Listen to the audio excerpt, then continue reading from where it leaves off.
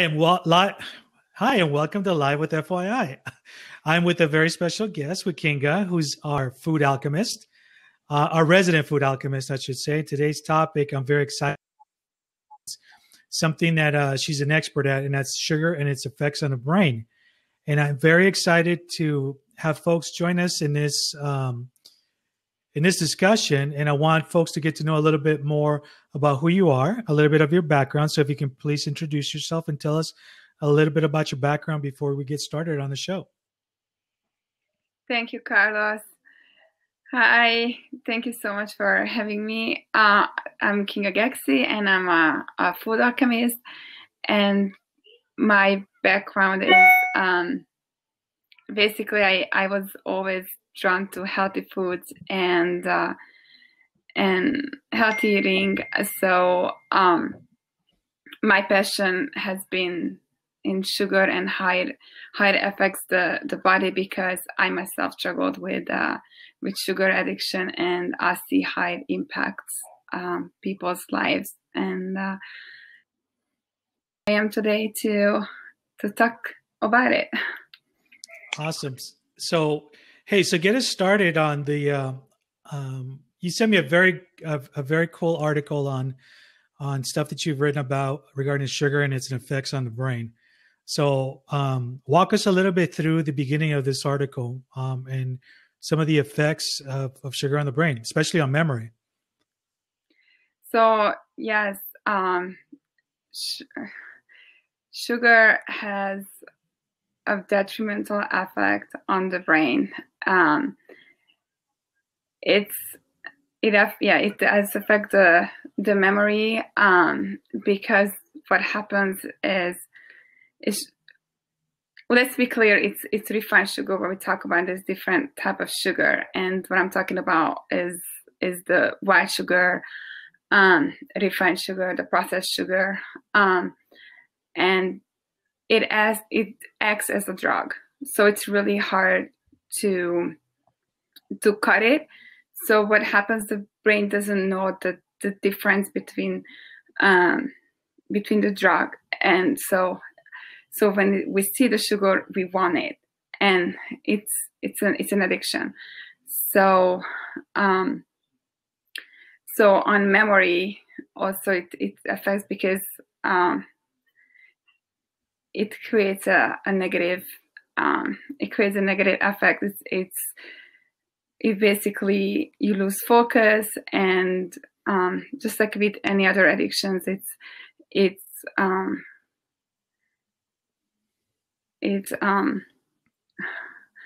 had just a negative effect.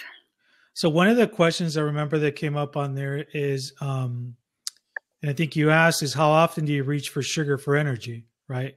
And we know that a lot of that, for example, we tend to reach for, like, say, Coke, but we're going for Coke for thinking it's for the caffeine, but it has a ton of sugar in it, right? We reach for other drinks, like we don't drink sometimes straight tea. It has to be sweetened, and that kind of defeats the whole purpose of the tea, right? Just because we had this bunch of sugar on it. So I know for a fact that it's not, and this is, I think, harder for kids to kind of differentiate that, right? Because they think sugar gives them energy. Obviously, they go bonkers when you give them a lot of sugar, but it's not really what it's meant to do, or what we really should be not only giving our kids, but ourselves too, for that matter, right? So I'm guessing that by the question is that there's no way we really get a whole lot of energy from sugar. It's more of what would you say to that? Yes, the energy doesn't come from sugar. It actually comes from fat. And that's a misunderstanding, is we think fat makes people fat, and it's actually just sugar.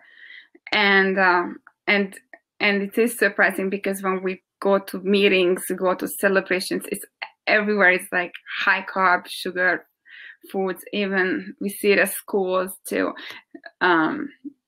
Sugar has been given to our children, and that's for energy. But it does give you energy for a little bit, but then there is a crash. And even when we look at during the holiday season, it's like so much sugar consumption and then crash. How many of you feel brain fogged, tired, cranky, Yeah. right after the holidays? And it's all because of the sugar crash. Sugar actually makes you more tired. You know what? I noticed that too. So if there's, for example, at parties when you have a lot of cake, you have this, you have that. There comes a point, even like midday. Let's say, for example, if you're eating like a lot of carbs and all that, you feel that just slow crash, man. And I know for kids it's worse because that's when you're right. They start getting cranky. They start getting very irritated, and we do it as adults too, right? I think when we're hitting that sugar crash, I always think of that scenario when a little kid is on the floor throwing a tantrum because they're so tired, right? There's moments where I feel like that during the day, right? And it's true that the more sugar you add to it, I think the harder the crash you have. You know, and I may be wrong, but that's just the way it seems, right? Absolutely. Absolutely. So does it? So the question becomes then: does sugar really give you energy? It does for a little bit, but it's not the real energy that the body needs. Because yeah, the brain does need fructose, but not the refined sugar. So it doesn't give you real energy to keep you going for the rest of the day. It's some of the things also I believe that you talked about in the beginning, where some of the effects that sugar has in our health, like causing, for example, obesity, diabetes, coronary heart disease. But it really also is just really negative on the brain. And I also have read, and I can't remember exactly where, but there's a link between high consumptions of sugar and also Alzheimer's affecting the brain. You know, so I don't know what the correlation is with that because um, I haven't dove into it really deep. You know, when it comes to that, but the obvious ones you mentioned, like obesity, diabetes, and coronary heart disease, are links to sugar, right? Absolutely. Service too for little kids, especially as they're growing, because you see a lot of kids already at a very young age before they even hit 10 with some of these major health issues. Yes, children are highly affected by the high sugar consumption, and it's true. Like by age 10, many children develop diabetes. I can't remember exactly the ratio, but it's a really scary rate. So, and I see right now schools are cutting back the sugar, so they don't allow parties anymore, which I'm grateful for because it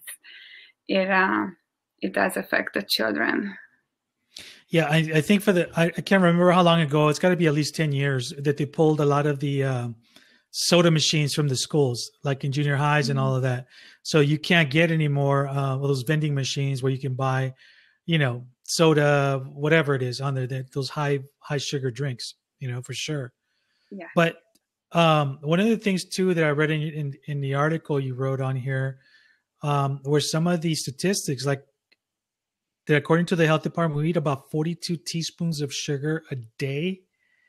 Like, what I was thinking, I was reading this is I wanted to go grab a big bag of sugar and start pouring a teaspoon till we get to 42 just to see how much sugar is, it's really we're consuming. And that's a heck of a lot, right? It's scary, right? Yeah. Because you don't think about it, right? You just drink a soda here, do this, do that. And I'm sure it's probably more than just 42. If you really add everything up from morning to night, between I don't know, muffins or whatever you have for breakfast, right? All of that throughout the day, it's got to be more than 42 easily. Yes, and also with there is the refined sugar, but also when we think about simple carbs, those sugar as well. Mm-hmm. So it has the same effect as white sugar, and so we definitely consume a lot of sugar, and there are the hidden sugars too that we don't even see. I think that's the scarier ones, the ones we can't see. Yes. Talk to us a little bit about some of the effects that the sugar has on the brain, the negative effects. I know that you list some on the article as well too. But it's as far as illnesses, Yeah, as far as illnesses, I think one of them, if I remember correctly, was it can cause like depression, right? depression. It's huge. And Yeah, there was a few more that you listed on there as well. dementia is linked to high sugar consumption, um, obesity, diabetes, other, yeah, Alzheimer, ADHD for children, in children. What about inflammation? How does that affect? Oh, how does that create inflammation? Well, sugar creates inflammation. It's because of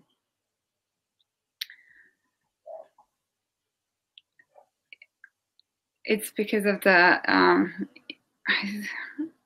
insulin production. It gets too much insulin gets produced, and it messes up the whole blood sugar, and that's the sugar high.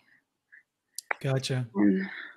And then, well, obviously, we talked about heart attack too. It can cause that as well too. But something I also found interesting is those. Remember, we were talking about the hidden sugars, right? Yeah. And some of the deceptive words is what I found interesting that you were listing it on there, such as like coconut sugar, right? I would have never thought that was harmful, or because they tell you the natural stuff is supposed to be really good for you, right? Yes. So like honey, raw sugar, they tell you pure sugar cane, all of that's supposed to be like the what's the word I'm looking for? More of the natural resources, right? Yeah. And then that's under the list of just things that we need to watch out. Yes. Oh, and here, Patricia. Hey, Patricia, if you'd like to join us, please feel free to grab a spot. We'd love to have you on there and discuss a little bit on there. She wrote that she's been making pitchers of sweet tea with way too much sugar, and now use an infusion pitcher which slices fresh fruits, peach flavored tea, and stevia instead of sugar. That's really great. Congratulations, Patricia. That's awesome. Yeah. And that's actually one thing I know we're going to touch on a little bit here, but some of the other hidden sugars I think that you mentioned were like fructose, which are the obvious ones, right? Yeah. Like corn syrup, and then the maltodextrin and dextrose. I think those are the ones that you usually hear about, not the other ones that are the hidden ones, right? Right. So I know we're going to talk a little bit about some alternatives, but so what's the solution? How do we start cutting out simple carbs in our diet? Well, I always like to advise, instead of taking away, add to your diet, because once you add things, the bad things naturally go away. Because when we say like take it away, like it's more like, oh my God, I don't wanna right. get rid of it. I'm so attached. So, but when you start adding things, it's just naturally it's gonna go away. So my number one tip is hot lemon water in the morning, because it stops craving. It's naturally puts your body into a health mood, and you start craving more nutritious foods during the day. And the way you do it is 2 8 ounces of hot water, and you split a lemon in half, and then half a lemon in one glass and the other half in another glass, and you drink it. But of course, make it as hot as like your body can handle, so don't burn your. That's always going to be my next question. How hot does it have to be, or can it be, a little warm, just enough, right? Yeah, just enough so you don't burn yourself. Yeah, my second tip is fermented vegetables or any probiotics. I love homemade kefir, or Sprouts and Whole Foods have Bulgarian yogurt, which is like high quality probiotic yogurt. and it tastes delicious because the sourness in fermented veggies and yogurts, they stop the cravings, and it and helps with it stops the cravings. So and I also like to get the probiotics in the morning, so you feed your gut, you replenish the good bacteria. And and fermented veggies, it actually is the very first time I've ever heard of that. So I found that very interesting. Mm-hmm. Hey, Patricia, welcome. Thanks for joining us. Hello, how are you? Good, welcome. We have Kinga, we have Patricia. Kinga is our food alchemist expert. So she's kind of teaching us a little bit of a few tips on how to really tackle the sugar problem. Nice to meet you. I'm guilty of that. Nice to meet you too. So we were just talking about, you want to go over again, like your first tip you gave us about the hot lemon? Yeah. Water? Hot lemon water, which is, you basically have to wait until the glasses, and then you split one lemon in half, and then you put half a lemon juice in one glass, and then the second one in the other glass, and then you drink it first thing in the morning. So you drink it like in an empty stomach, right? Just like the first thing you drink. First, okay. It detoxifies the liver. It puts you in a good mood, and it stops the cravings, and it has a really miracle effect on the body, which I love. And then what I love to do is to have some sort of probiotics in my body, so for gut health. And fermented veggies with every meal, or some sort of yogurt, because it's when we eat the good bacteria naturally they need to be replenished all the time. So that's why it's very important to have probiotics with every meal. So I know also that before we get to your third tip on there, I think Patricia mentioned stevia, right? That's a sugar substitute. The one that I actually got used to, and it took me a while to get used to a little bit, was Splenda. So I end up using Splenda for like coffee or whatever instead of some of the other ones. But you also mentioned some like the monk fruit extract, or is it Lakanto, right? I've never heard of those either. What is that? Yeah. My favorite. Lakanto is sweeter than sugar actually, and it has an antioxidant property. I use it in my chocolates that I make. So and say it again so that I can write it down. What is the word? It's spelled LAKN.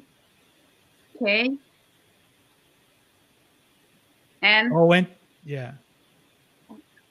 T-O, right? Yes, T-O. Thank you. Actually, I'll put it down on the chat. Thank you. I've never heard of that. Where do you get that? Right now, actually, I'm very grateful for Sprouts and Whole Foods because they started selling. I used to get it on Amazon, or they have a website, lakonto.com, and they have a variety of products. That what I love the most is they have the maple syrup, and so it's perfect for pancakes or waffles, and it's zero glycemic, and it has it's an amazing substitute, especially for children. My kids love it. Wow. I'll have to look for that. Yes. And it's such an easy transition to use Lakanto instead of sugar because it's sweeter, and you can't even tell the difference that you have in Lakanto versus sugar. It's funny you should mention that because I do like hot cereal, and I had, of course, been pouring all kinds of sugar in there, which is way too much. I was reading that it's better to buy the top quality.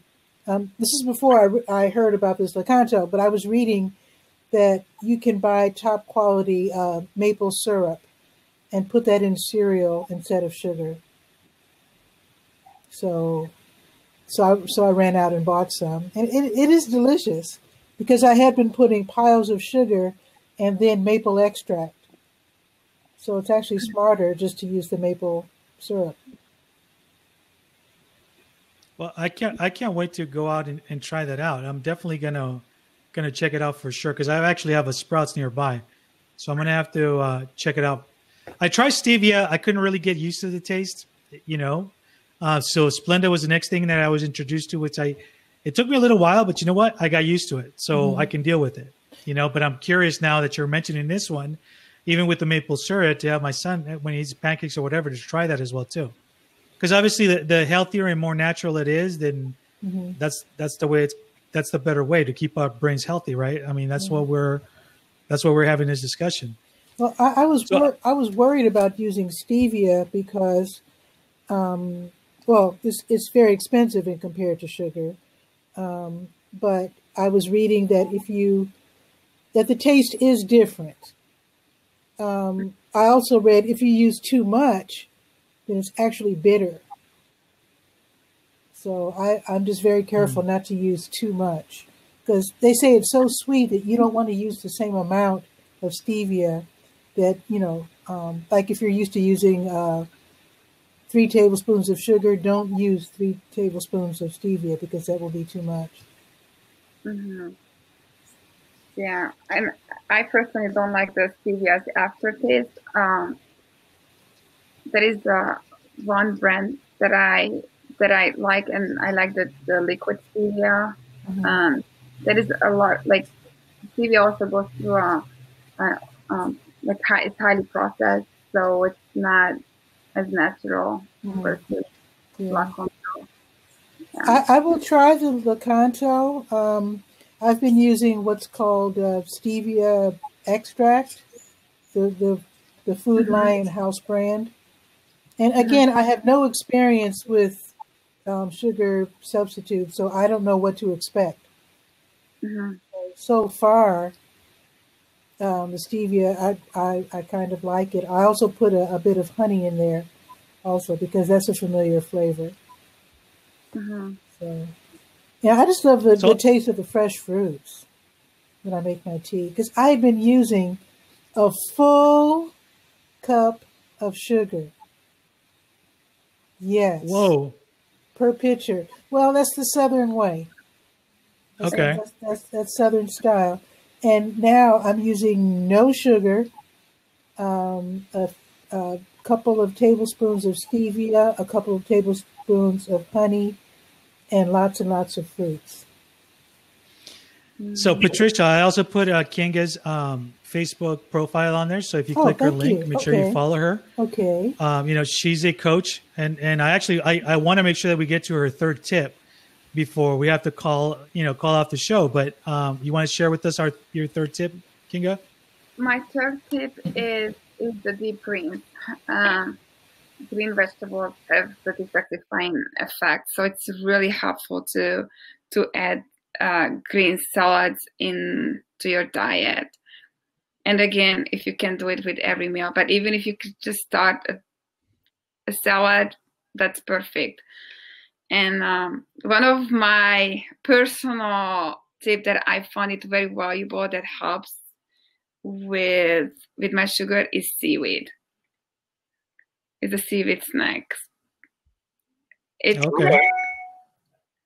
I don't know what's with the seaweed. I gotta research that, but it just helps. Even if you have like a spirulina drink, with some coconut water or regular water, it's some lemon juice. It is such a refreshing drink. It really helps um, with the cravings. Okay. Awesome. I know I was trying to get Patricia back. It looks like your microphone is muted. I don't know what happened, but let me see what if I can unblock your mic. I'm Oh, gonna put you. I'm gonna put you back off, Patricia, and then you can get back on. Let's see if that clears it up. Okay. Well, I let's see what time it is. It's about 7:25. So I know we've gone on a little bit. We covered a lot of the article on there. But for you guys just joining us, please make sure you watch the replay. I know we're going to be broadcasting this out not only on Facebook, but as well as YouTube and Periscope. So make sure that if you're not following Kinga, I have set up her link below. So make sure that you connect with her. Kinga is our food alchemist. And if you don't know what that means, I'm not going to tell you. You have to make sure you make an appointment with her so she can discuss that with you guys. So I appreciate your time. I know that we want to do several series of different things coming up. Okay, sorry, Patricia. I don't know what I did. I'm still trying to get used to some of the buttons on this thing, but I think I'm the one that muted her. So she says that she's totally enjoying the show. So we appreciate you tuning in. We got lots of more topics that we're going to cover throughout the rest of the week. So make sure that you tune in. Any last parting words, Kinga, you want to say to make sure that we take this very seriously, because it's a very serious subject, for sure. One of the tips I forgot to mention for number 3 is, yes, the greens, but also to have protein, like fish, tofu, poultry, beef, because basically when you get hungry, you need energy. You reach for the coffee or for the cookies, but actually what you need is real energy, and that's in protein. So watch your body, and instead of reaching for sugar, try to eat some good protein. What about, and I know we're almost out of time, but what about the protein shakes or protein bars? Are those any good, or you have to be careful with those too? Yeah, that's a really controversial topic, because I would say it depends on the brand. I would not just go and buy a protein shake. I would really have to read the ingredients, what's in them, and the same thing with the protein bars, because